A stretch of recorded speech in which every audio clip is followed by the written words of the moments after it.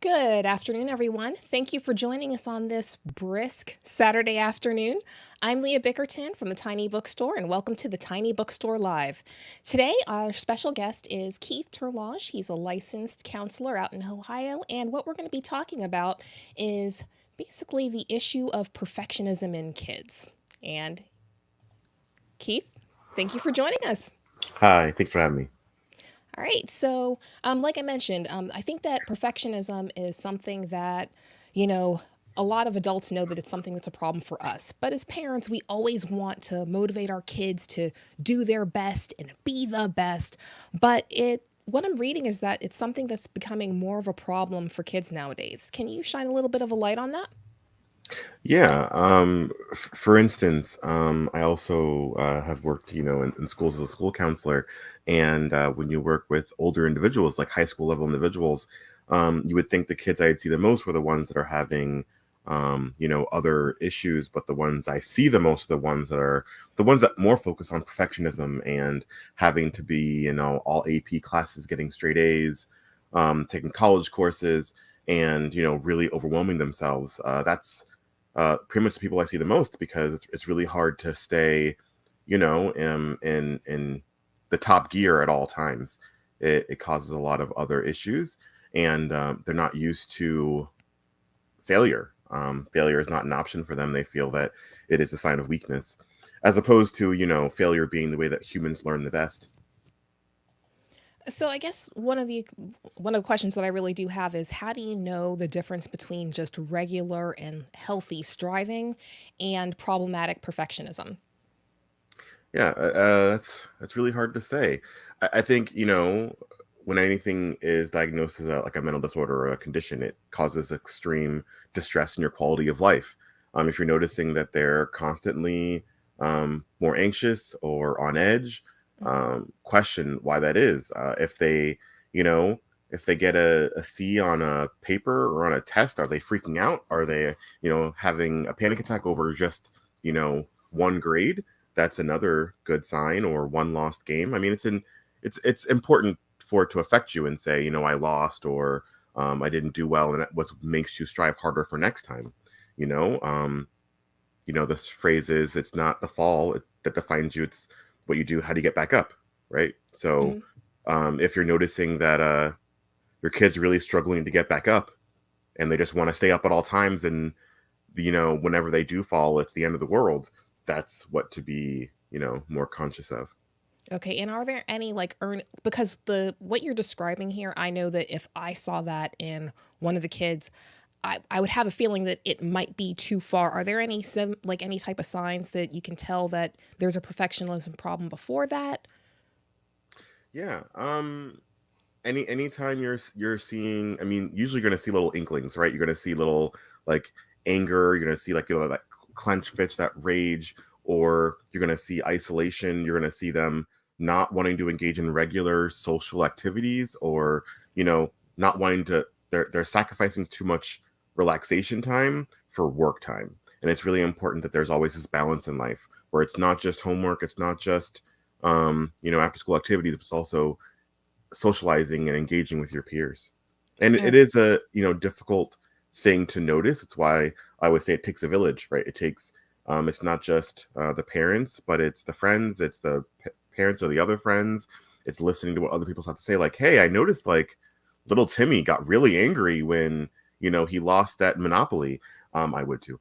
And I don't know what I just want you to know that. And instead of being defensive, I think a lot of parents get defensive when someone says something might be wrong with their child, or might be, off. And I think it's important not to take it personally, but to take, an objective look and see, is there something I can do to help? Okay. Now, as far as things that we can look for, I know that as far as younger kids are concerned, it's apparently a thing that you can have toddlers and preschoolers and elementary schoolers with issues with perfectionism. And, like you see them balling up their art if it's not just so. Hmm. So I guess as far as like, tell me a little bit more about that, like signs of perfectionism in really, really young, small kids. Yeah, so young kids really their focus should be not just it looking a certain way or it matching an image. It really should just be them being able to express themselves, right? A lot of times my kids might come up and say, how does this look? And your response might be, how do you think it looks, right? And having them just enjoy the act of doing it as opposed to it being perfect or living up to someone else's expectation. Um, and I know for a lot of people that's hippie talk, poppycock, Um, but if you're noticing your kid is ripping things up, is um refusing to do art anymore because it's not good enough, or refusing to play a certain game because they're not good enough and they keep losing, those are things to be alerted of. I joke around with some of my friends, and we talk about how like sometimes like when you're playing, a lot of times when you're playing your kids, you let them win at certain times in certain games. Hmm. And she was like, "No, I beat them when they need to be beaten, so they understand what it's like to lose." Yes. Right, and I think that's important because otherwise they're going to expect that I should win all the time, right? So if you let them win all the time, that is, causing a bigger problem. So, Right. I mean, at some point at that age, you should see them fail. You should see them lose. It should be something that you see on a regular basis. And if they're handling it and they're using coping skills and they're calming themselves back down, Hmm. then, that's great. But if they're not, if they have to go somewhere and just break some stuff or go on a temper tantrum, that's something that's a red flag. So basically, perfectionism sounds like having expectations that are unreasonably high. Yes. Yeah. Okay. So, what parents should kind of do to try to prevent that particular problem is to have reasonable expectations. Yeah. And not just that, but expecting them to fail, right? Like you should not, I think some parents want their kids to always win, always get the A, and that's not good because that's not life, right? You're not always going to get an A. You're not always going to be perfect. You're going to mess up, right? You're going to mess up in a performance. You're going to stumble, you're going to lose a game. And that's what makes you kind of, all right, I'm going to improve that area. But if you never lose, you never fail, um, you're not going to know how to handle it. And that's that the younger you are, the more malleable you are, right? Like really young toddlers, I mean, you can see them fall down and they're just like, as long as you don't scream and freak out, they're like, yeah, I'm cool. Let's keep going. Right. Right. um, so it's about teaching them at that younger ages, hey, it's okay. Like this is part of being human, right? When a lot of times as parents, we feel like we can't show them that we've messed up. And I think it's important that we show them, hey, no, I messed this thing up. I did this thing wrong. This is how I'm fixing it. To see that even as a parent, we can stumble. So, it's basically a function of modeling the ability to cope with not necessarily being perfect all the time. Yeah, that's how kids best absorb, right? They see and then they repeat. Okay, so let's say that, and that all makes sense. That all sounds well and good. But what if I want to raise my kid to be the next Tom Brady, Michael Jordan, Aaron Rodgers, people who are notoriously terrible at losing, but it's that not liking to lose and wanting to strive for perfection that that's part of who they are. Yeah. Um, that's difficult to say, and that might be something that each parent has to kind of decide. But I always tell people, like, which side do you want to err on being wrong on, right? Do you want to err on the side of having your kid learn to be? I mean, it's different than, oh, I lost, I don't care, forget it, I'm not gonna do that anymore, and I lost. What can I learn from that, and how am I not gonna lose next time, and how am I gonna get better? right? Because then you're not saying that like I'm okay losing. It's saying I lost and I'm going to learn from this and improve myself. If all they're worried about is just the win, then and not improving and not bettering themselves in that way, I mean that could evolve into a problem. And for me, I'm always from the stance of what side do you want to be wrong on, right? Do you want to be wrong on the side of um oh, it's okay. I know they threw a table when they lost, and they threw their water bottle, but that's fine. They're a champion, right? They're the next Brady. They got it in them. Do you want to be wrong and then have that water bottle aimed at someone's head the next day, right? Right. Or be wrong on the other side and have them be able to calm themselves down in spite of whatever adversity is in front of them. Right. So basically, and I, as much as I hate jargon and lingo, it's about having basically a growth mindset versus being obsessed with being the best. But on top of that, having healthy coping skills and coping mechanisms. Yeah, if you can cope, if you have good coping skills, I mean, the world's your oyster, right? I mean, currently, the way to best thrive is being able to turn and pivot, right? I have Hmm.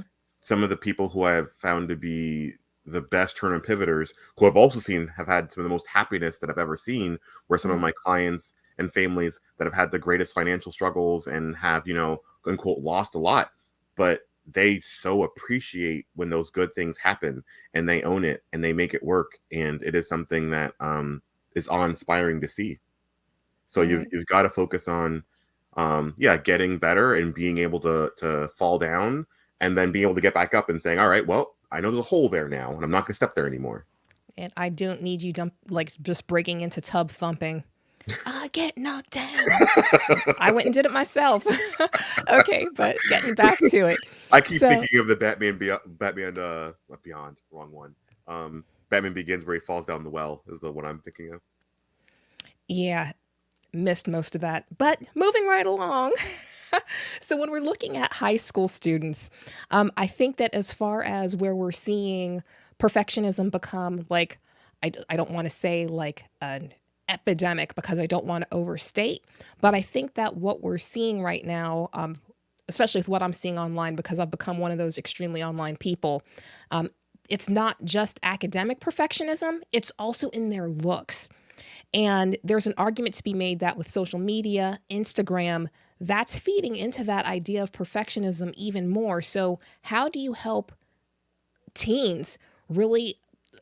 How do you help them really cope with perfectionism when it comes to looks and things that are largely beyond their control? Yeah. I think my inner old man, get off my lawn, is going to come out and when I start saying this. Um, and I've seen this. Yeah, social media can be great, and its original intention was to make someone really far away feel really close and to bring people together and not separate them. But I mean, there's websites where kids can go on and say, "Hey, anonymously judge me and tell me how I look and tell me how what I need to fix and what's wrong with me."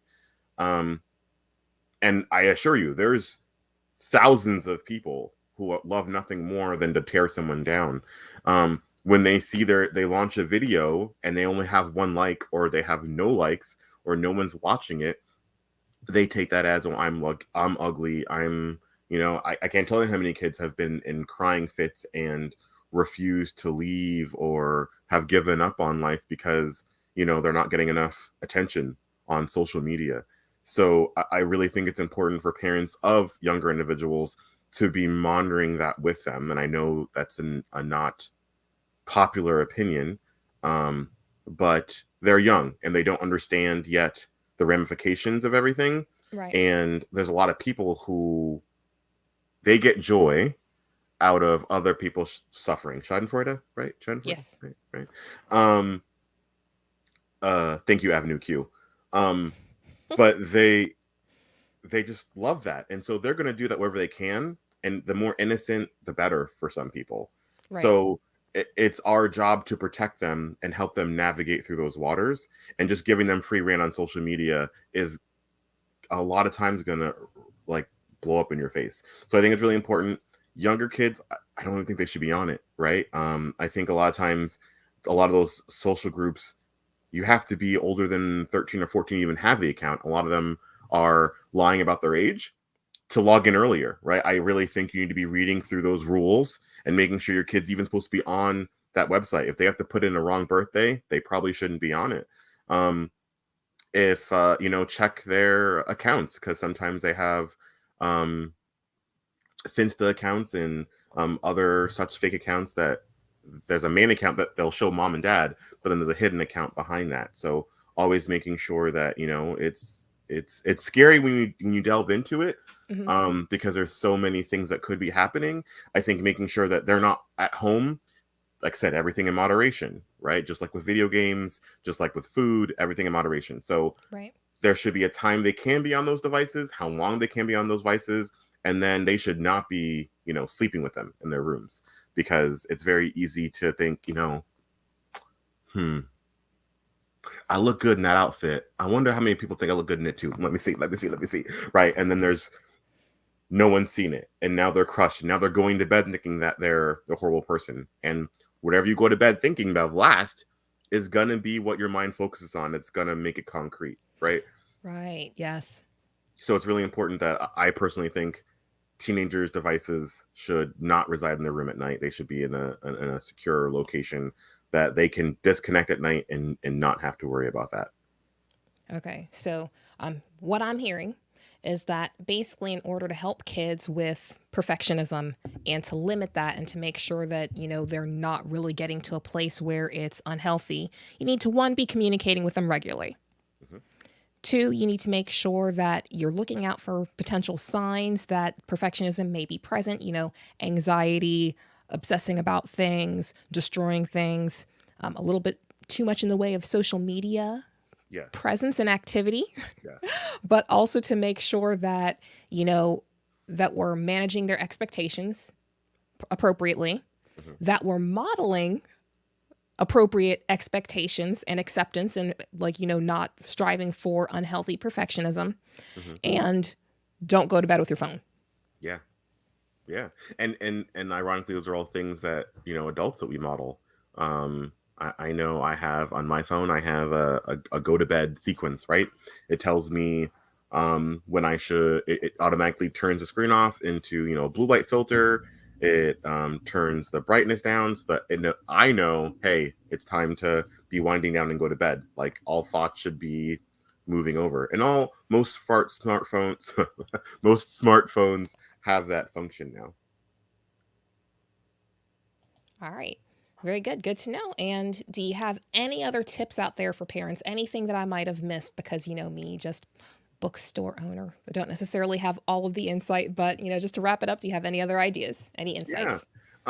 There are a lot of websites out there for parents who feel as though they have no idea how technology works and they're worried about their kids being able to do things. There are monitoring services. Disney has one. A lot of other companies have really good, um, cheaper options for people to manage those kind of things and be able to, even at nighttime, push a button on their phone and the Wi-Fi changes its password and all your stuff still works, but the kid stuff gets turned off. Um, if you have questions, if something's bothering you, ask, talk to other parents, talk to the school counselor, talk to your friends, talk to your parents. I think if we're going to show our kids it's okay to mess up and ask questions, then we need to be able to do it ourselves too.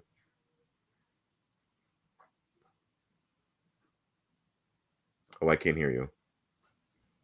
How about now? Yes, gotcha. So we want to make sure that we're modeling that appropriate behavior, making sure that we're utilizing our village as far as our kids are concerned. Yeah, yeah. I think things are better when we all are working together and we're not like, don't you say nothing about my baby. Don't. Yes. And I guess that's another valid point, because a lot of times the people in our village will notice these things about our kids that we won't necessarily see, especially with teenagers that we may not see Mm-hmm. very often in general. Mm-hmm. Because obviously they're not going to do it around you, right? Very They're true. going to do it when you're not around. Um, and hopefully, if you notice it when it's a small thing, when it's only happened once or twice, it's easier to change that behavior than it is to wait until you know they're all over the social media and already you know in a dark place. Right.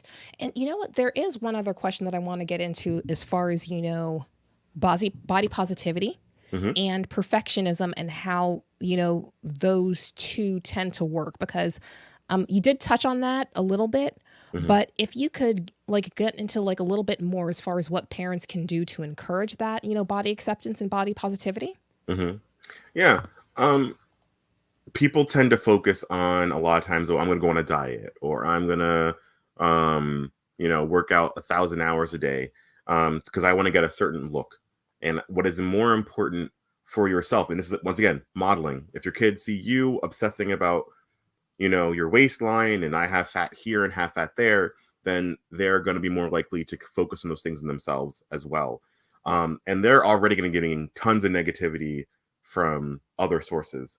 So it's really important that we focus on, instead of not looking a certain way, but feeling healthy, but knowing that I'm doing the activities I want to do because I have the energy to do so, and I'm eating a well balanced diet. Those things are important, and being able to have, a cookie every once in a while, or cake every once in a while, everything in moderation, right? um it is, that is, I think, what that we should help our kids focus on, not on what is, are they wearing the newest shoes, are they, are they, do they have good abs, are they fat, are they, all those other things. Listen, there's a point in everyone's age where they're awkward as all get out. Like, right? Like, it's just part of the growing hormonal sequence. And you have to learn how to look in that mirror and say, I like who I am. I like what I see. Because if you can't look in the mirror and like what you see, then how do you expect anyone else to do that? So, what we're doing is making sure that we are modeling body acceptance, but also, sharing good messages and healthy messages about, health versus appearance. Yeah. Like, if you're making dinner, explain to them what you're doing and why you're putting certain things in, why you're putting in vegetables and why they're important and things like that. So they get to learn why from a health standpoint, and not from a, I need to look like a twig, or I need to have, a 10 pack or something like that. Right. I know that's Okay. ironic, seeing as how there's like this behind me, but it's a comic book, so you can ignore that. Yes, and that's another thing, understanding the difference between what's real and what's fake. That Yeah. plays into the perfectionism as well because what's Instagram real isn't necessarily what's, really real. Yeah, I love the videos that they go through and that people actually show. No, this is what I look like when I'm not wearing makeup. This is what I look like when I'm not having 60 different lights all around me. Right. Um, uh, yeah, that's my excuse for the horrible lighting. Um, I want to keep it real, but I think that's, I think that is what's really important. Oh, you can hear me? Can't hear you. Oh, can you hear me now? I think maybe move the mic closer to your mouth. How about now? Yep. No good. All right. So this might be the perfect time to say all those things I've always wanted to say to you. But instead of doing that, I think that we actually came to a really good stopping point. So, Keith, I want to thank you again for coming on stream and talking to me about, perfectionism in kids and like some strategies as far as how to observe them, make sure that we're staying on top of them, and to help kids, just kind of accept who they are and still have that motivation. Yeah, no problem. All right. We'll see you soon. Bye. All right. So I hope that you all enjoyed that particular part of this week's Tiny Bookstore Live. I know that I'm someone who struggles with perfectionism as well. And, I think that some of these strategies are helpful for adults as well. But again, I think that it is important for us to focus on the kids and making sure that they're developing healthy habits as far as not pushing themselves a little bit too far and having realistic expectations. So, with that, I'm going to move to the next topic that I was wanting to talk about this week. And just as a little bit of a heads up, if the kiddos are around, you might want to just kind of take them to another room. This is more of a teen and adult conversation for this next part of it, which is basically affirmative action in the United States Supreme Court, which became an issue in two different ways this week. And I'm not going to go into some long legal lecture about it because that's boring for all of us, really.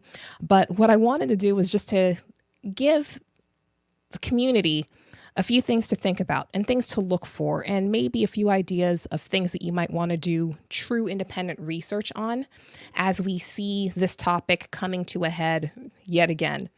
So, as far as affirmative action is concerned, for people who aren't necessarily familiar with it, basically what it is when people take into race and ethnicity and gender and other protected classes into account in order to remedy past discrimination. It's something that was controversial from the beginning, but it's something that appears in front of the United States Supreme Court with regularity.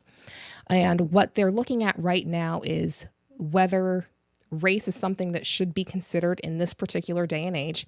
And although I'd say back in 2016, there was a case with Abigail Fisher, who was someone in Texas, and she didn't necessarily get into the college that she wanted to get into, and basically said that if she had been someone who was Black, then she would have been able to get into the university of her choice. Now, with her particular case, it failed because when you looked at her scores and the scores of other diverse students who did get in, the facts weren't necessarily there. So that particular lawsuit failed. With the current suit, what the court is specifically looking at is the treatment of Asian and Asian American students at Ivy League and state institutions.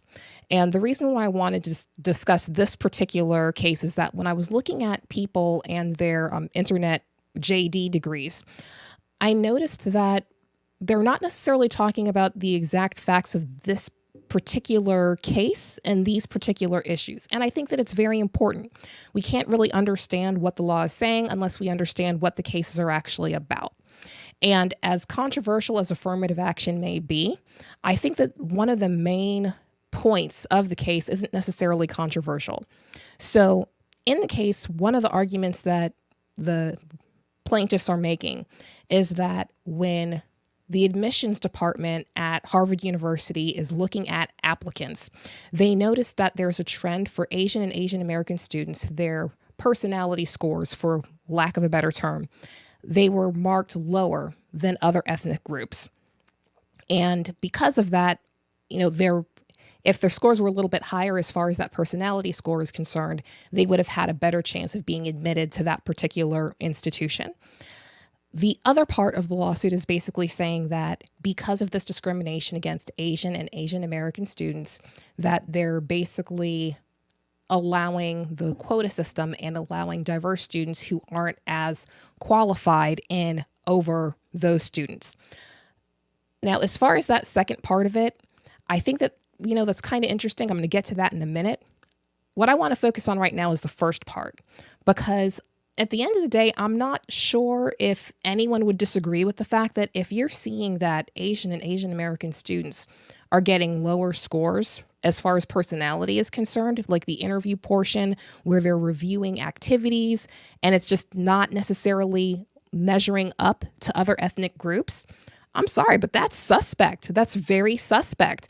And that is another form of discrimination. Like, that's period. That's not controversial. Like, if we are scoring people lower on personality, and I know some people say, like, just because the group happens to have a lower score that it might be a coincidence. I'm someone who believes in quote unquote disparate impact, that when you look at disproportionate outcomes, that should raise a little bit of a flag as far as what we're looking at here.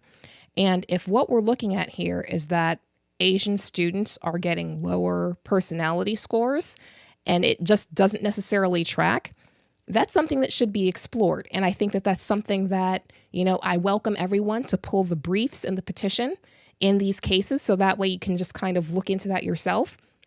But when you're thinking about the case, consider that particular factor, because I think that, if nothing else, that seems to be something that should be explored because it is a form of unacceptable discrimination. Now, as far as the flip side of it and who's being excluded and who's being let in, I think that that is an exceptionally complicated issue. We have legacy students who are getting in and, they don't have the scores, they don't have the athletic talent, they basically have, the financial standing that is bringing them into these particular universities. I think that that's something that should be considered when people are when they're debating whether affirmative action is something that's appropriate. Because if we're still seeing that there are issues as far as racism and people being judged differently because of their appearance, then we're not necessarily going to be at the point that affirmative action is going to be unnecessary. Or, you know what, maybe there's another remedy out there to make up for the fact that there's ongoing discrimination. But I think that that's one of the things that we should be thinking about when we hear the arguments and we see people debating about affirmative action and what's going on with the U.S. Supreme Court. Because again, at the end of the day, it is a fact that there has been racial discrimination, gender-based discrimination, sexual orientation discrimination, and religious discrimination in the United States. When we look at the number of people who are Jewish on the United States Supreme Court, if we look at the number of people who are Muslim on the U.S. Supreme Court, Asian on the U.S. Supreme Court, that doesn't necessarily make sense to me that we're not seeing that level of diversity in the judiciary. And that's something that should be addressed. And bottom line is that if you look at the makeup of who's on the United States Supreme Court, most of them are Ivy League schools, and all of them went to some type of college and law school. So when we say that things like affirmative action don't necessarily still matter, when we see that the people who are in positions where that type of advanced education is necessary, if there's still a disparity, then there's still something that needs to be done, especially if we can show that there's still racial discrimination. And as far as the question of whether racial discrimination still exists, I'm not here for that today. That's something that, we can address in, I'd say, books.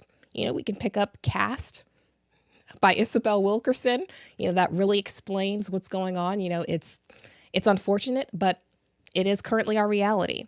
Now, the second way that affirmative action came in the Supreme Court came up happened to be with the announced retirement of Associate Justice Stephen Breyer, and President Joe Biden mentioning that who he will be nominating for that particular seat is going to be the first Black female nominee to the United States Supreme Court. And the first thing that certain commentators said was that, this is going to be an affirmative action hire, that this person is getting in ahead of more qualified people. And that I find that kind of funny because we don't even have a name yet. So the fact that without even knowing who the person was going to be, that they're questioning the qualifications, I think that's kind of interesting. And I think that kind of underscores why it is that remedial measures are still necessary. Because until we get to a point where people aren't assuming someone's qualifications or lack thereof based upon their gender or their race or religion, then again, we're not going to be at that point where we don't need remedial measures anymore. The entire question of, how you pick a particular judge, we know that it's something that was taken into account for the last almost 300 years. So it's going to take a while until we see that that's not something that's being considered. Unfortunately, it's something that has to be considered. Now, I don't think that anyone is making the argument that an unqualified person should be put on the United States Supreme Court. It is literally the highest court in the land. It's important that you have someone who has the intellectual firepower, the knowledge of the law, and the proper judicial temperament to be on that particular court. It's something that race doesn't necessarily have a direct effect as far as the reasoning is concerned, but as far as the lived experience and the understanding of just how society actually works, what will actually ring as true. Unfortunately, those lived experiences matter. I have a little bit of an example that's not directly related, but it's interesting. In one of the cases that the United States Supreme Court was hearing on motor vehicle stops, one of the sitting justices didn't really have a good idea of just how long a traffic stop could actually take because that particular justice hadn't been stopped for a ticket ever. Now, the fact that he was just kind of doubtful about the credibility of what the plaintiff was saying and whether, the length of the stop was unreasonable, I think that his lived experience had an effect on his view of that particular case. And the way that cases are supposed to go is that judges are supposed to take their own opinions off the table. They're supposed to look at the facts and the law and basically come to a decision about, whether the law compels a particular result due to those particular facts. When you get up to the United States Supreme Court level, it's more theoretical and it's more about setting precedents for the lower courts to actually dig deeper into the facts. And that's one of the reasons why you're seeing that the US Supreme Court is not taking a lot of cases. It's not their job to review everything that comes across their desks. It's their job to clarify really complicated legal issues or to vindicate our constitutional rights. And one of the things that's just kind of, I know that it's something that makes me uncomfortable. The best term that I can think of here is uncomfortable, is the fact that for, again, the past hundreds of years, we know that race, gender, and religion have kept people off the court. And we know that the precedents that were set were done in this particular manner. So you kind of have to wonder, in order to get further progress, do we have to consider the race, religion, and gender of the justices? This is a legitimate question. I honestly don't know. It's something that I'm thinking of. And, I welcome the conversation with other people that, let's talk about it. Because when you see the views that people have in particular opinions, the way that they the way that they'll relate to different parties of the case, are they actually considering these other things? Is this something that they can completely take off the table? Honestly, I don't know, but I think that it's something that we should at minimum talk about and debate about. So again, as far as affirmative action in the US Supreme Court, is it an ideal solution? Absolutely not, but we're not really in an ideal world. And I can't say that I have any answers. It's above my pay grade. And again, it's something that I look forward to chatting to you all about, just kind of hear what your perspectives happen to be, because I know that as far as my life experience, that's going to inform my view as far as whether I think that a Black woman should be on the United States Supreme Court. I also believe that we need to have Jewish people on the United States Supreme Court, Muslims on the United States Supreme Court. If the court is supposed to be representative of our country, then we should see representatives of our country. And I see we've got a question. Richard asked, can you really remove life experiences from decision making?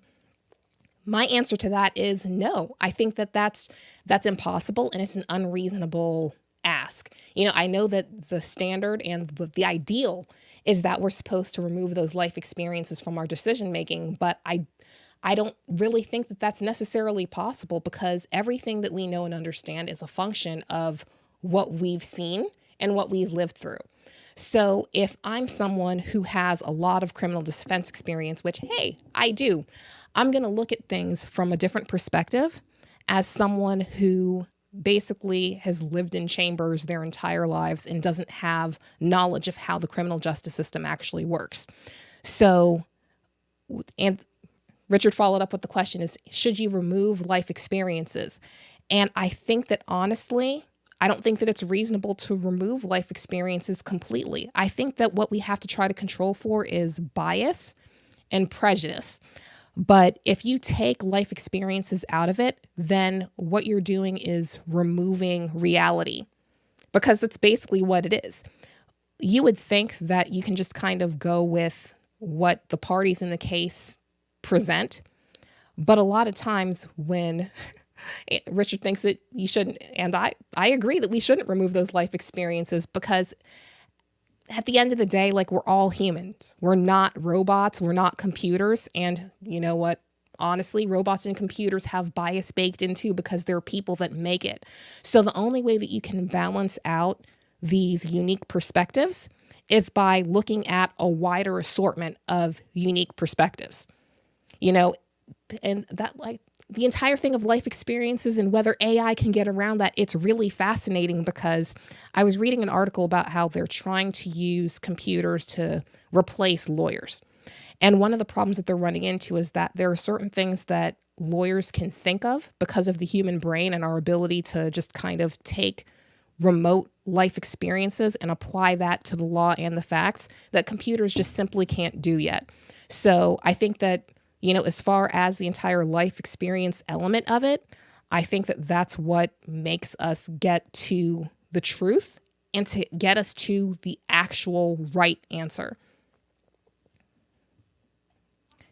So with that, do we have any other questions? Doesn't look like it. So again, as far as my particular view of the Supreme Court is concerned, I think that we need to have more perspectives. We need to have more ideas. I'd love to see someone with criminal defense experience rather than just prosecutorial experience on the United States Supreme Court, because believe it or not, that's not something that you see on the bench very often, and it does have an effect on their perspectives. If you're someone who spent 40 years representing criminal defendants and seeing just how the Constitution is or isn't applied, that's going to have an effect on what you think is reasonable or what a reasonable person would do or what's actually fair. Some people before the COVID lockdown, they didn't think that being confined was that much of a punishment. But after spending 2 weeks around their families and having to get, all of their food delivered, they realized that that particular type of restriction is very, very hard.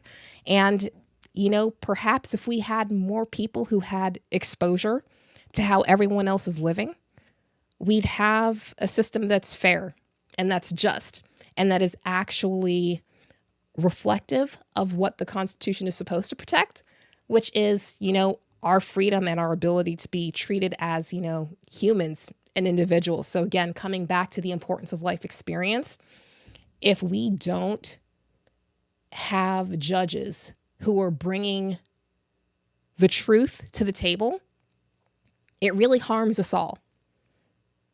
All right. So that's pretty much all I have for that particular topic. And you know what? I know that earlier this week, there was someone who commented on how they don't necessarily follow the Tiny Bookstore for politics. And I just want to warn y'all just off the bat, this is kind of like my dream.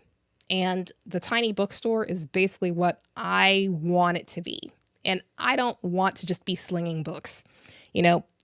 If you just want to buy a book, there are lots of places that you could do that. I actually like having these conversations and thinking things through. I miss the days of sitting around the bar and just talking to people and just sharing ideas.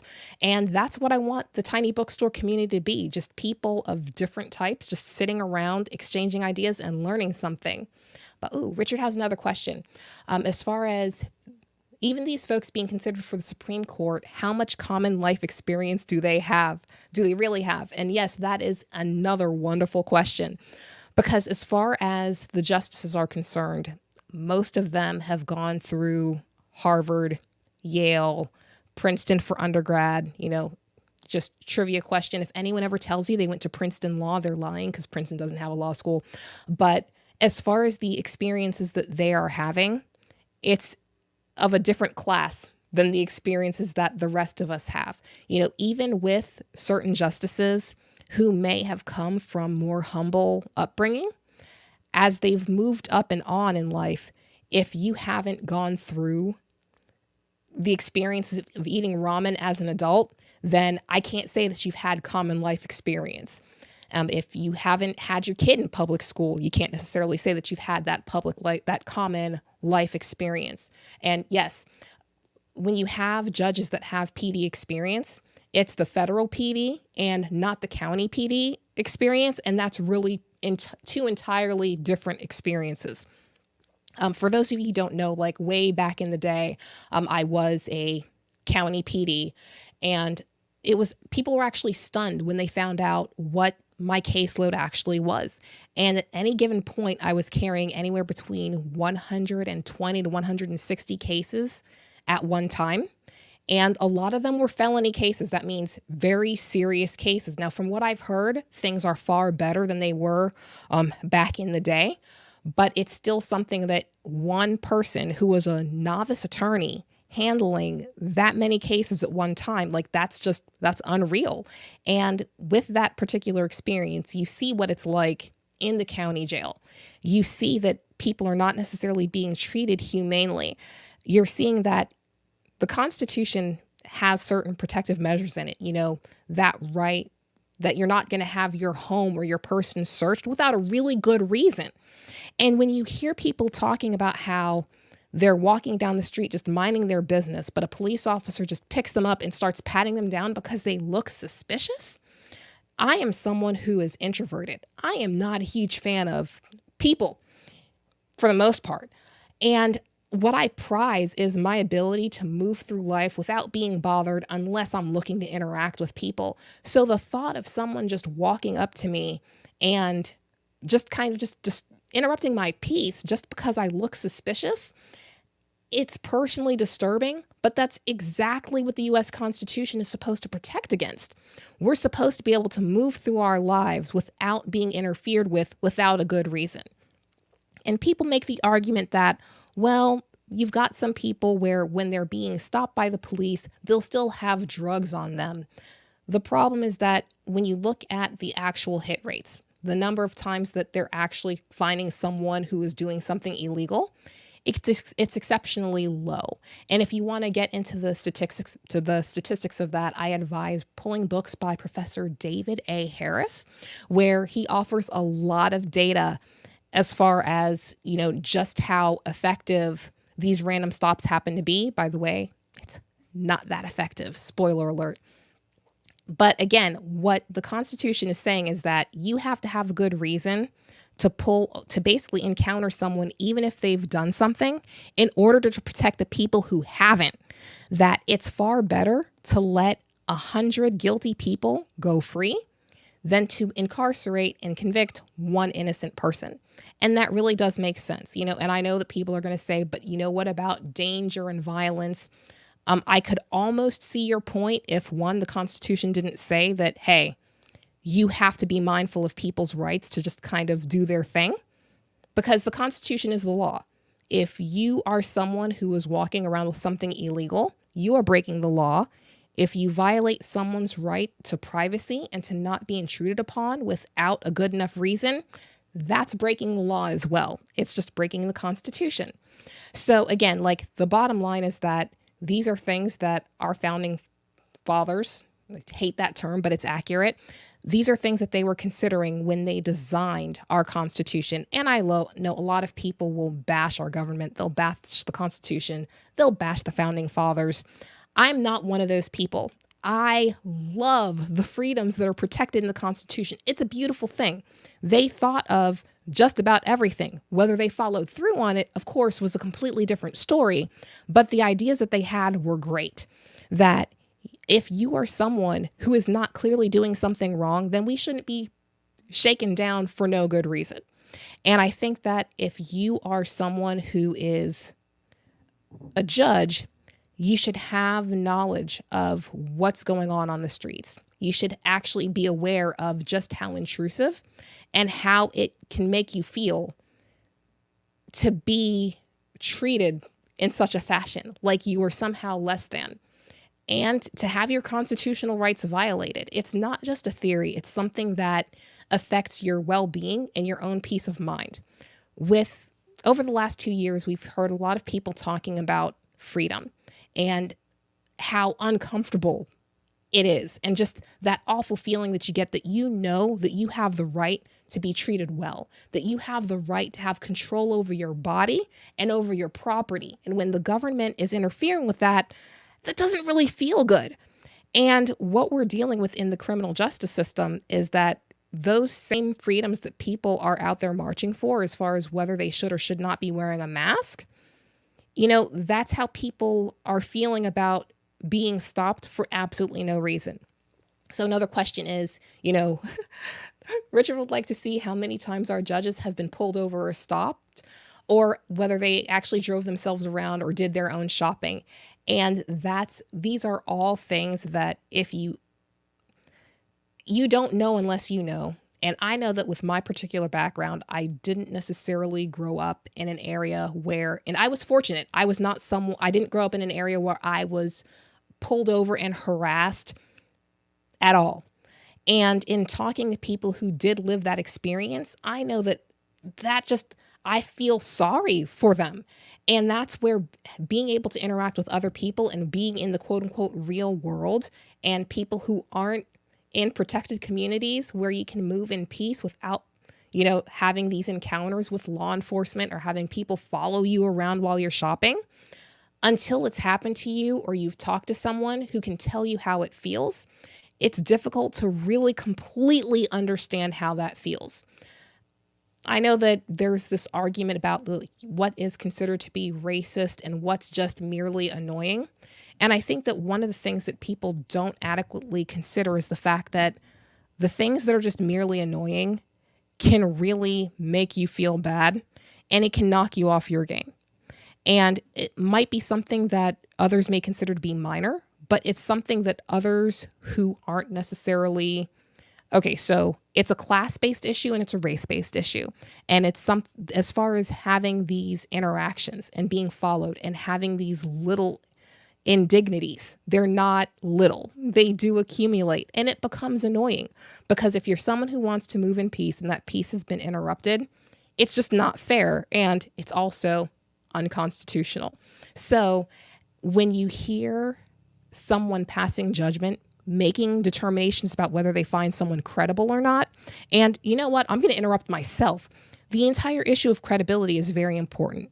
In cases, especially if it's something that's being heard by a judge, they're making that determination of whether they believe the witnesses or the defendant. So if I'm listening to a defendant talk about how they were stopped by the police 20 times within the last year, some judges may find that hard to believe unless they've lived it. And so when you have judges who are kind of trying to reconcile things with their lived experience, that's going to give you a negative outcome.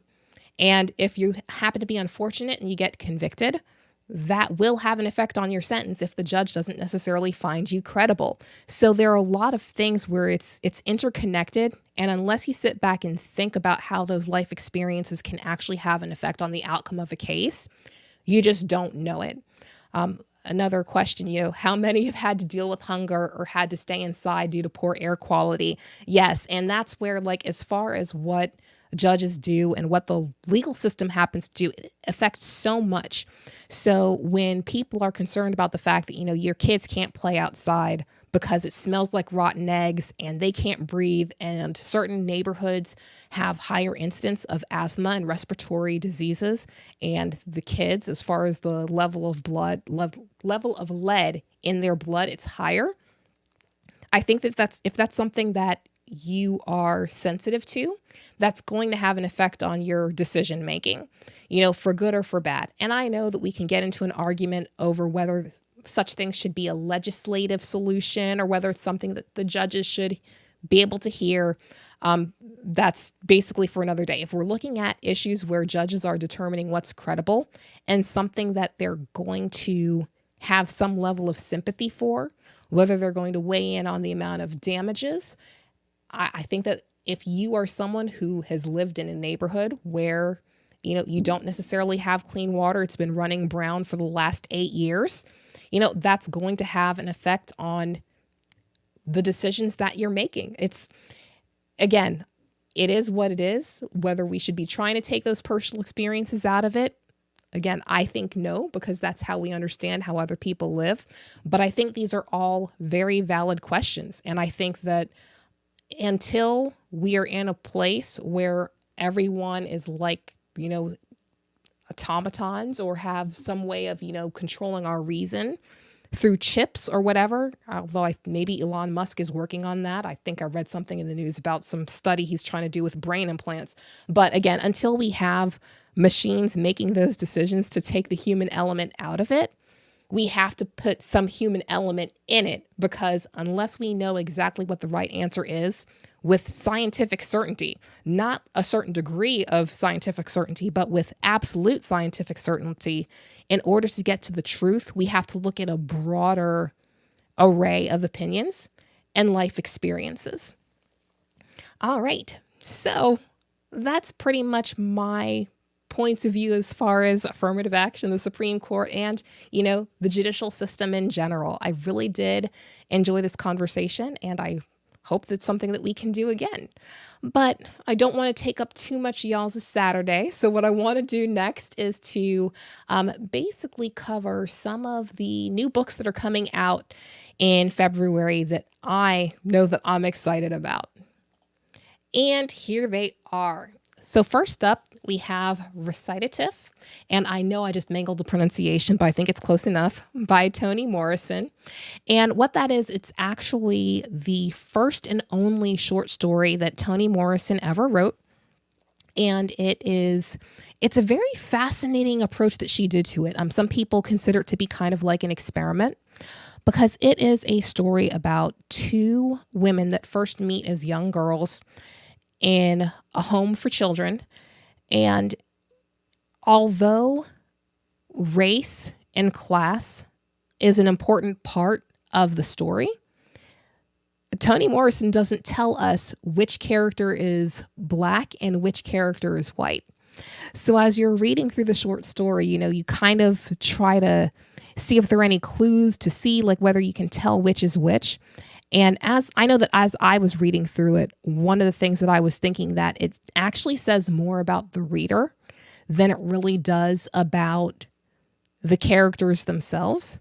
But I do think that, again, it's a very fascinating read, and I'm not going to get into it too much because I want to give y'all the opportunity to read it and weigh in on it too. And by the way, Recitative comes out on Tuesday. That's February 1st. Next up, we have Who Will Pay Reparations on My Soul? And it's another interesting view as far as whether it's actually taking a view of a few different things. Reparations is something that is contemplated in this particular piece. Others' views on as far as, the cultural contributions of the Black community to the United States and to society in general. And I think that I don't even know if I can find a right way to describe it other than saying that it's a very fascinating overview and introspective view of Black society. It's historical, but it's also current, but honestly, a great read. I want to talk to y'all about it after you have the opportunity to read it, and that does come out on February the 15th.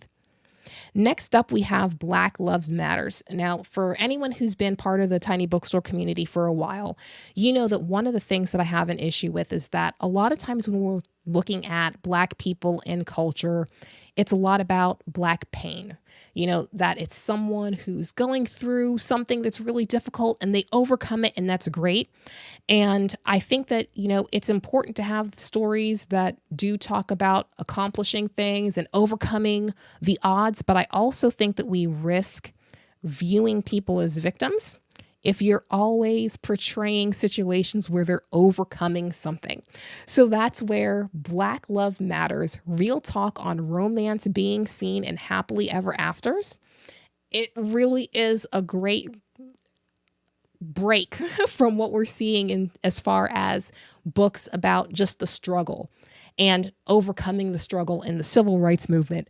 I think that looking at Black love is an important thing because, again, the way that we get to understand everyone in society is to hear every part of society. So reading stories about and thinking about and talking about Black love, I think, is something that's very important. And I think that this particular collection really explains these things far better than I am currently doing right now. So go ahead and pick up Black Love Matters. That comes out on Tuesday as well. So next up, we have My Mess is a Bit of a Life. And I have to say, there are certain books where I'm hooked just by the title of it. And in this particular memoir, I think that it's a very funny but also touching collection where we're not looking at a perfect person, but pick it up. We'll talk about it later. I can't really get into too much details without spoiling that as well. Now, next up, we have Cameron Battle and the Hidden Kingdoms, which it's basically geared more towards, I'd say, age 9 to about 12, but I do think that it is a great book for kids of all ages, even the 40-year-old ones like me. And basically what it is it's telling it's a fantasy story of a child who basically finds some mystical powers. And I think that it would work really well for people who are fans of the Tristan Strong trilogy, which unfortunately ended last year. If you haven't read the Tristan Strong collection, I strongly encourage reading that as well. Because again, getting back to that story of reading books about Black kids and Black teenagers that's not dealing with basketball or, overcoming some type of prejudice. I think that that's something that's healthy. And as far as, seeing diverse stories in the science fiction and fantasy space is something that I know that I'm always looking for as well. So next up, we have Black Joy, Stories of Resistance, Resilience, and Restoration. Okay, so yeah, I know that I just got done talking about how I'm trying to focus more about, Black joy and Black love. And this particular title does have some in it as far as, overcoming the struggle. But the overall theme of it is uplifting, seeing how, no matter what people are facing, that they are able to, have some joy and strive and have, happy lives. This particular collection, I think that it's a great example of Black joy, even though it's not, just free of tales of struggle and resilience. Next up, we have Snowstruck by Nick Courage. Nick Courage happens to be a Pittsburgh-based author, and this is another book that is perfect for kids. I'd say, again, age 8 to...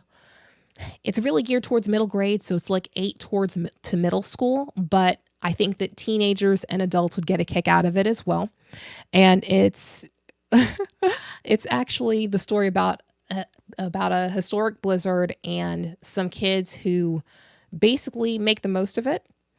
And it has adventure. I think that there's some suspense involved here, but again, that's Snowstruck by Nick Courage, available on February the 15th. And for anyone that did pre-order it, I know that I sent out the email to give y'all a heads up that the release date on that was pushed.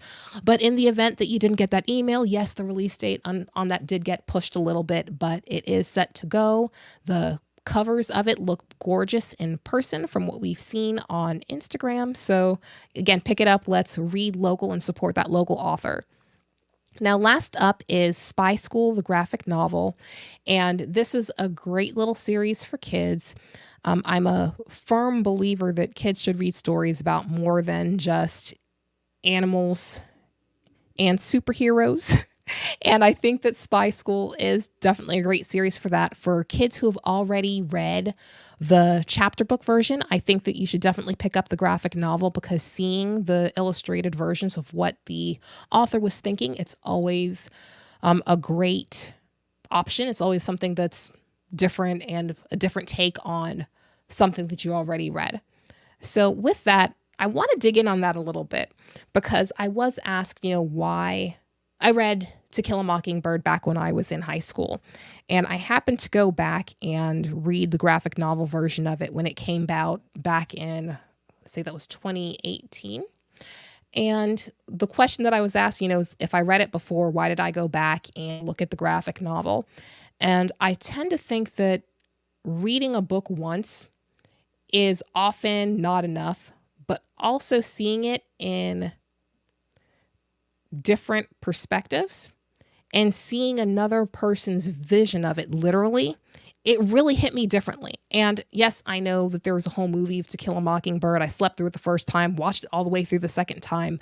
And just seeing the emotions that are evoked in that graphic format I liked it. But I was someone who was raised on comic books, so that's going to be a factor as well. But that's where, again,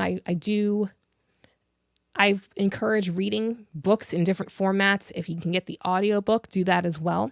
But as far as graphic novels are concerned, I know that some people think that it's not real reading, and they'll encourage kids to read quote unquote a real book or a chapter book. But what I would say is, if you have a kid who wants to read really anything, go ahead and let them do it. But also recognize the fact that graphic novels and comics are an art form unto itself, or is an art form unto itself. When you see the emotions that someone can kind of bring out in a drawing, it really makes you feel the dialogue in a different way. And it's showing you a perspective that you may not have thought of. When you're reading a book, you're taking your own experiences in it. You're hearing the voice in your head that you're putting on it. And what I like about a graphic novel is that it's putting a perspective that I didn't think of into the book. So it really helps me see it differently. So it's kind of like getting more than your money's worth, because you're getting the same story a few different ways, and it expands your mind. But as far as kids are concerned, it gets them reading. So even if the reading is in, like, small type and small print, it's still reading. We have another question. The book banning.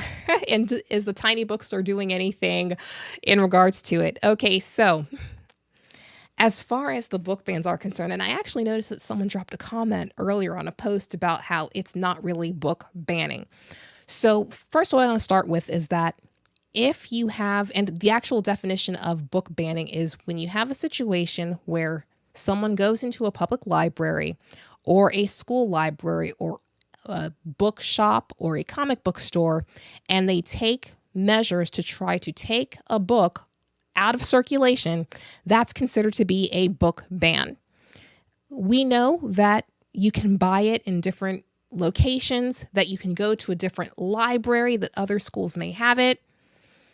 It's still a ban. It's still, I guess the other way of putting it is book censorship.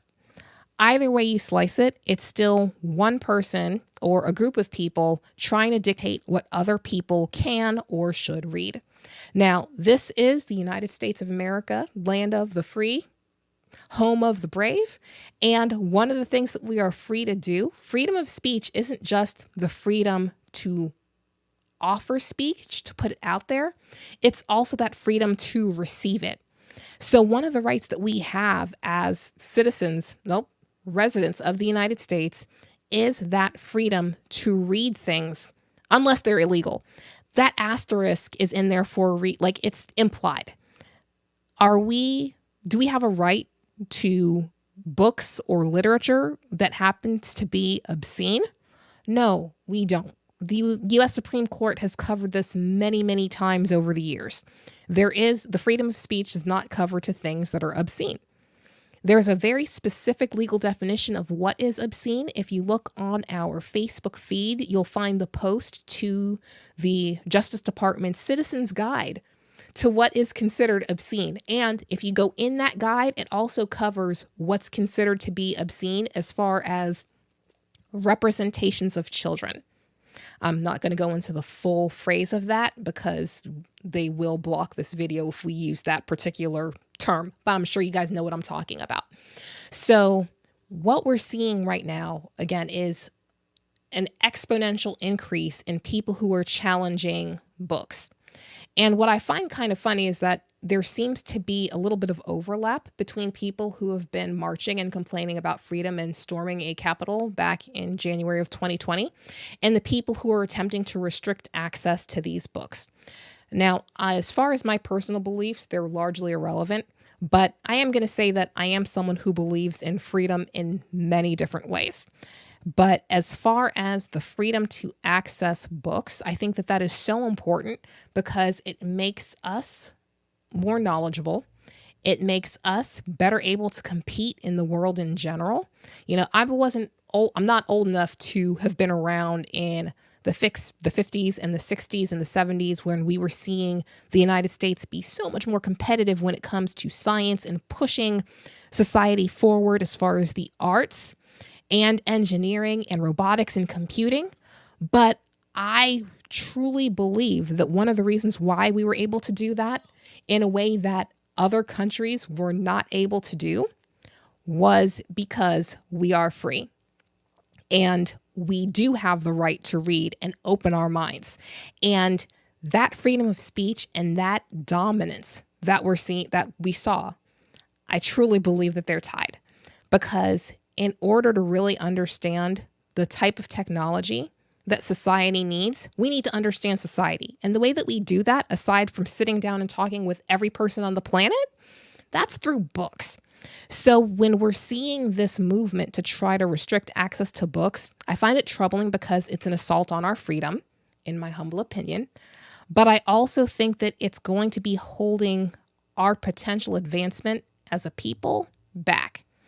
I want the United States to be one of the best out there and the most competitive, and to make sure that the minds of our youth are up there with everyone else in the world. And if we are restricting access to knowledge that other people have, that hurts us as a group. But on a smaller level, where that's also hurting us is that it's affecting our ability to understand and relate with other people. Because that's one of the things that books do. You know, they give us a view into other people's stories and into other people's lives. And if we're not reading those books, then we're losing that. Now, as far as books that are telling the stories and giving support to the LGBTQIA plus community and the restrictions on that, you know, again, it goes back to acceptance and progress. And limiting access to those books, it's going to have an effect on that. And that's not something that I support. Again, I believe that we're all equal, and that we should all be kind to one another, or at minimal, be civil. And I think that by reading these books and seeing these other stories, it's hard to really be mean and hateful to someone that you truly know and understand and respect. And I believe that we tend to fear things that we don't understand. So when we see that these books that are being attacked happen to be disproportionately stories of people by and for people of color and people who are in the LGBTQIA community, that's deeply troubling. And there's a message that's being sent here. And I understand that some people feel that they don't want their children to have access to certain books. And that's all well and good. The school librarians can actually get involved with that. So when you see that there are people who are taking measures on a community level to try to limit access to books for everyone, that is something that is deeply troubling. And as far as what the Tiny Bookstore is doing as far as the book banning is concerned, what I can talk about is our promotion of banned books. We're spotlighting those books that are being marginalized and ultimately suppressed. As far as other things that we'll be doing, I can't talk about that yet. But as soon as we have the green light to discuss that, we certainly will. But I do want to point out that the author of Mouse is leading up some type of an action to try to get more books into Tennessee, into that particular school district where that particular book was banned.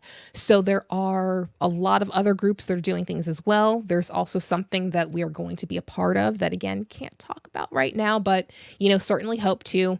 But I think that what we should do as parents is make sure that our voices are heard. Because right now, I think that what we're seeing, it's probably a very vocal minority that's going out there and trying to ban those books and restrict access. So I think that what needs to happen is that people who support free speech should step up and make sure that their voices are being heard as well. And again, proactive, not reactive measures. pay attention to what's going on with your school boards. Now that most of them are available by Zoom or Skype or YouTube, be aware of what's going on.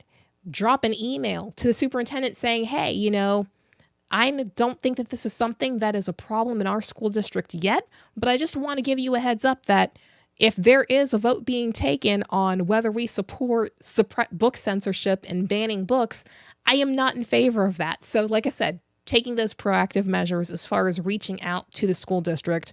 I don't believe in taking action through social media only, because I know a lot of people assume that the members of the school board are going through Facebook pages. To a certain extent, they are. But you also want to make sure that for the school board members that aren't checking the social media, you want to make sure that your voice is being heard either by telephone or by email. So communicate with your school board. That's what they're there for. That's what they want, as long as we're doing it in a reasonable way and without making threats. So another thing that I would encourage people to do is to also just be aware of what's going on and to read those books. I know, like you might be saying, Leah, how exactly would reading these books help?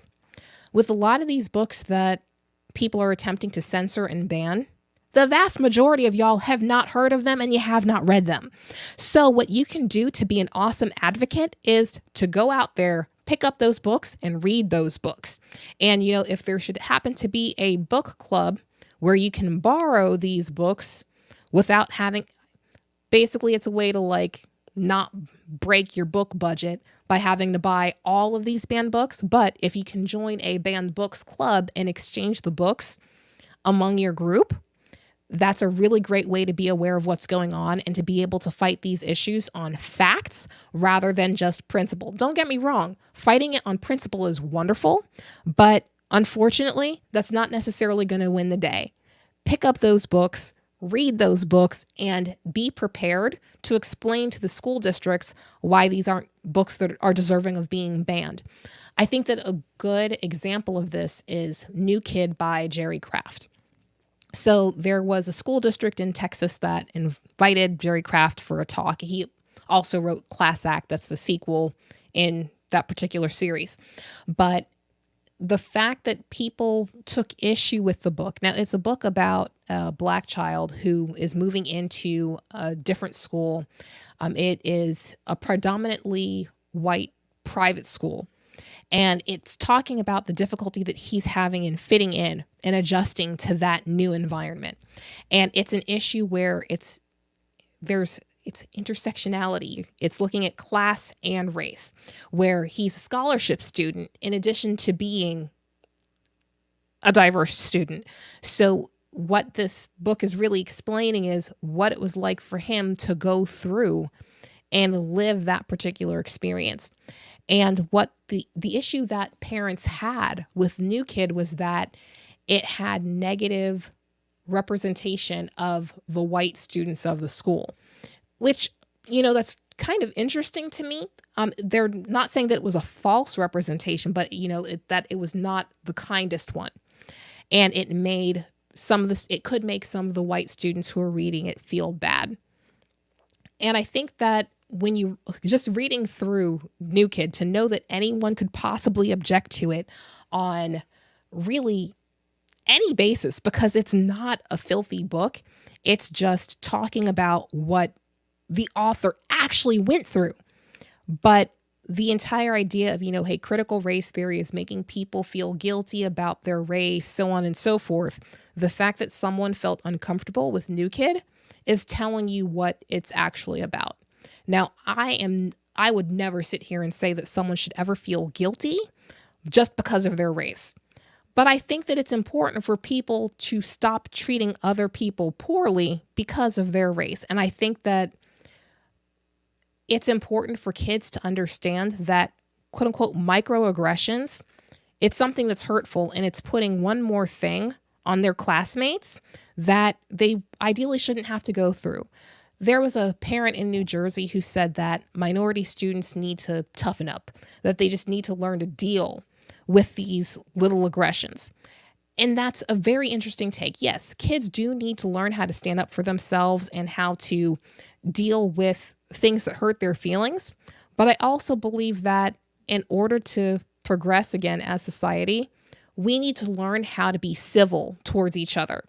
And I get the fact that a lot of these microaggressions are not intentional. It still hurts. If I'm walking through the grocery store and I roll my cart over someone's foot by accident, it's an accident, but it still hurts that other person's foot. It's not going to put their toenail back on. The fact that I just didn't mean to do it. No, like you can hurt someone by accident, but there is still an injury there. And what am I going to do the next time? I'm going to be a little bit more careful about how I'm pushing my cart. So when we're looking at books that people, they feel uncomfortable because their kids are feeling uncomfortable, this is the type of discomfort that's good. This is the type of discomfort that will teach a kid to not be hurtful in the future so they won't make that same mistake over again.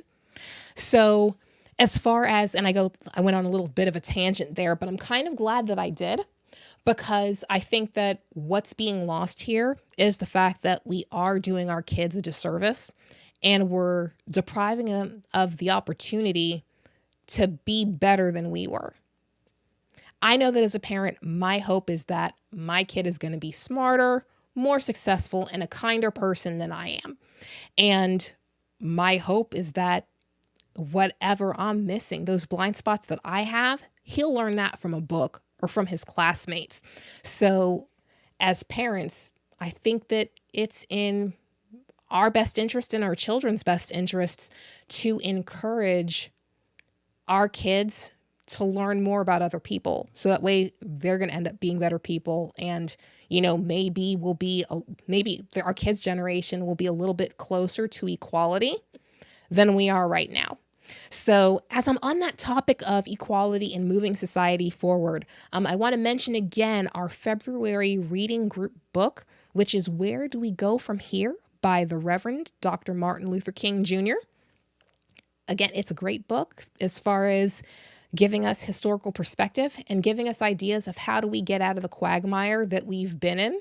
But, hopefully by us talking about it, again, I don't think that I'm going to change the world, but my hope is that if I can just get one person in the reading group to view things differently and to try to make change in their world, then hey, it's definitely worth it. So that is all I have for this week's Tiny Bookstore Live. I'm going to see y'all next week, same time, where my guest is going to be the author of Reason versus Racism. His name is Jack Lessenberry. And yes, I know that there is some controversy attached to that particular name and that particular book and publisher. But I think that next week is going to be an interesting talk. I encourage you all to join us. And, we have another questions coming in. As far as the points of views, as far as, differences between chapter books and graphic novels, and wouldn't I agree that ties into my discussion of the U.S. Supreme Court justices and what point of view they use to judge a case? Yes, actually. So what I mentioned earlier as far as, graphic novels versus chapter books, that when I read a chapter book and then see the graphic novel, I'm seeing the text through someone else's eyes, through their particular experiences. And as far as the Supreme Court is concerned, the justices don't just, sit up on the bench, hear a case, and then go back to their houses and their offices and decide cases. They'll actually go into a conference and discuss the cases together. So it's kind of like from what I've heard, I've never been in one, but from what I've heard and read, they basically talk about and they debate various points. That's why at oral argument, it may seem like a judge is going to come down in one way on a case, but by the time the opinion comes down, it'll go in a completely different direction. The judges they're not committed to a particular view of the case. If their colleagues can persuade them, they are capable of being persuaded. If you look back on just certain ideas of where people thought Chief Justice Roberts was going to come down on the ACA, otherwise known as Obamacare case, they were a little bit surprised that he ended up writing that opinion and that he came down the way that he did, because at oral argument, it seemed completely different. Quick side note. When you see how judges are during oral argument, you can't necessarily always predict that they're thinking a particular way or feeling a particular way about a legal point based upon how they are at oral argument. Sometimes they're asking a question to make a point to one of the other justices or just to kind of get more information out of the parties on the case. So getting back to what I was saying there. So sometimes when you're seeing that shift in tone and opinion between oral argument and the actual opinion, it's because when the judges go into conference and they're sending ideas back and forth, they're able to change each other's minds. So that's where offering different perspectives from different people who have different life experiences will often end up getting us to the better answer.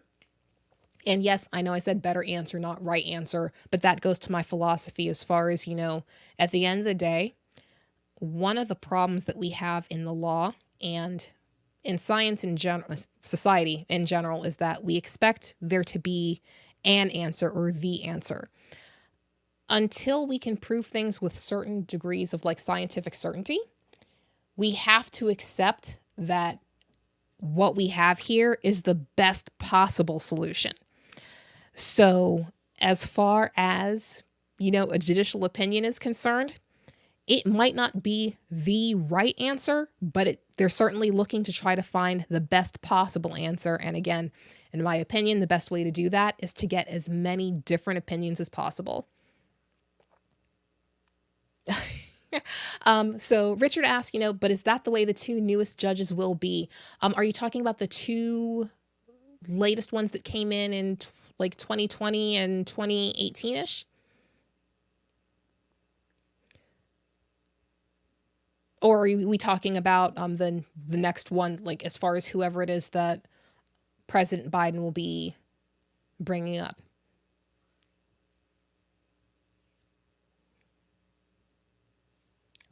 So yeah, so ultimately, as far as, judicial opinion and judicial reasoning is concerned, we have to kind of hope that they're going to not necessarily go by a particular political ideology or consider themselves to be locked in a particular set of theories.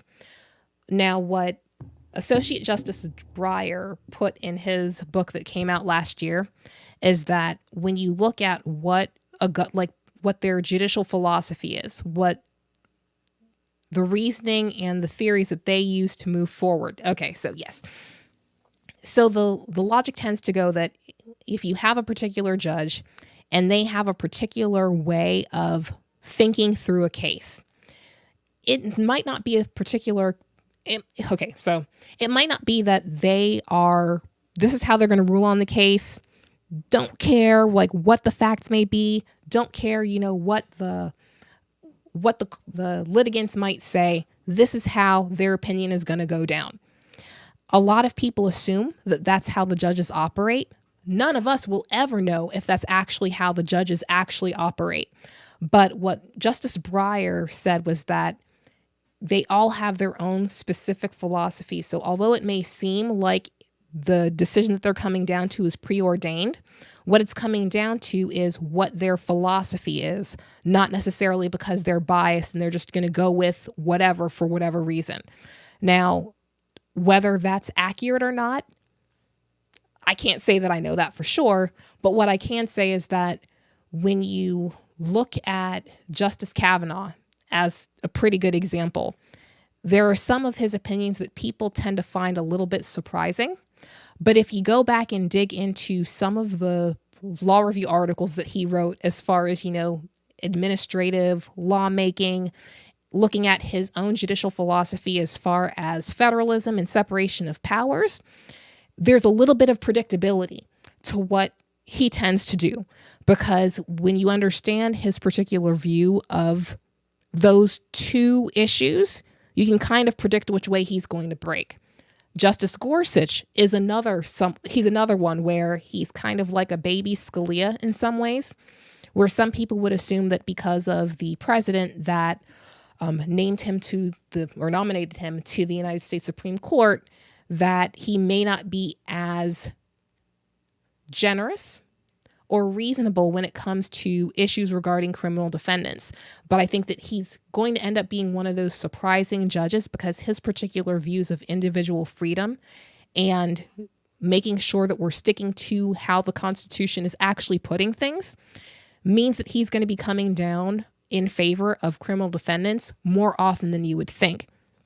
The other side of that coin is that there are certain judges that are considered to be liberal, where when you look at their reasoning on Fourth Amendment cases, which means, unreasonable searches and seizures, it doesn't necessarily look as defendant friendly. But what we have to consider here is that it comes down to what their particular philosophy is.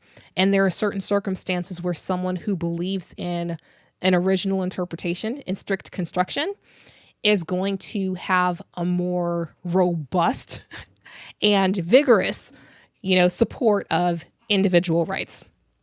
So ultimately the answer is only time can tell for sure.